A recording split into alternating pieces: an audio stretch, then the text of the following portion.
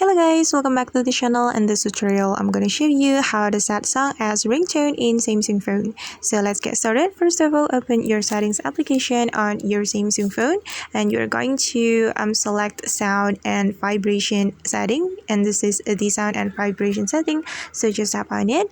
And since we want to set a song as ringtone, we can click on ringtone setting on this one, and you can choose either sim 1 or sim 2, and I'm gonna go with the sim 1.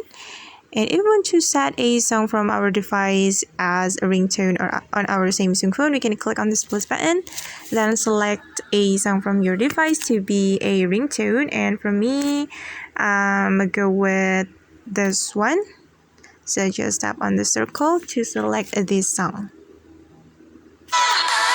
Okay, and after we are done selecting the song, we can click on done right here. Alright.